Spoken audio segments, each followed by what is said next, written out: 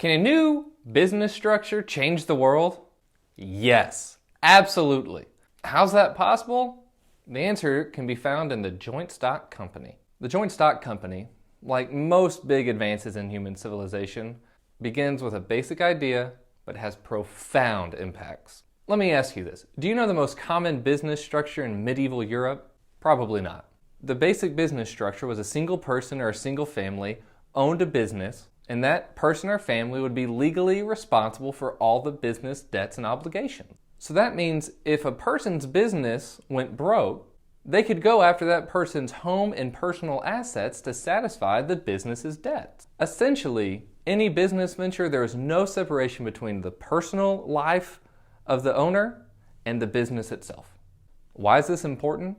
It's important because it limits the creation of new business ventures. It usually takes a lot of money to start a business, so you have to have money to make money. But in medieval Europe, if you already have money, you don't want to risk it on something new, you want to play it safe. Because if you risk it on something new and that something new fails, then you might lose all of your money.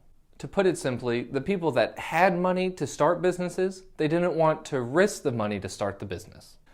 But things change in 1553. The Company of Merchant Adventurers in England gets a charter from the king to allow multiple investors to pool their money for one business entity. In this new business structure, multiple investors share the risk and share the reward of a business.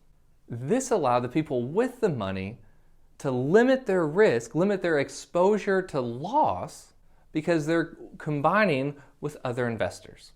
So this new business structure is called the joint stock company. It allows multiple investors to share or have joint stock in a company. Now, this new structure of a joint stock company allows for more riskier and more profitable investments to be explored. Such a situation catalyzes innovation. So what does this have to do with U.S. history? In 1606, the King of England allows the Virginia Company to charter. You see, back then the king had to sign off on all these new joint stock companies. So 1 year later, the Virginia Company, they fund the Jamestown colony.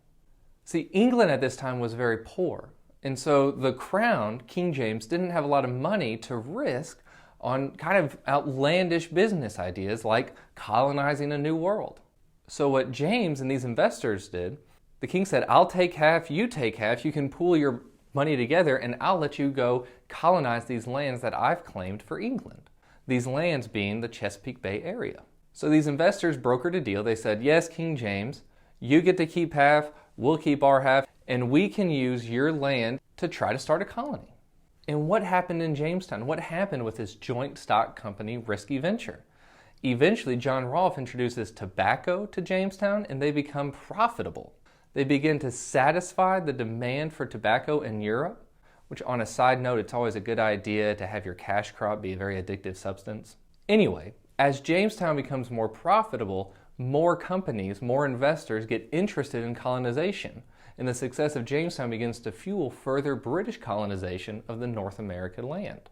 See, it was the joint stock company that allowed for the proper allocation of risk and reward among a pool of investors.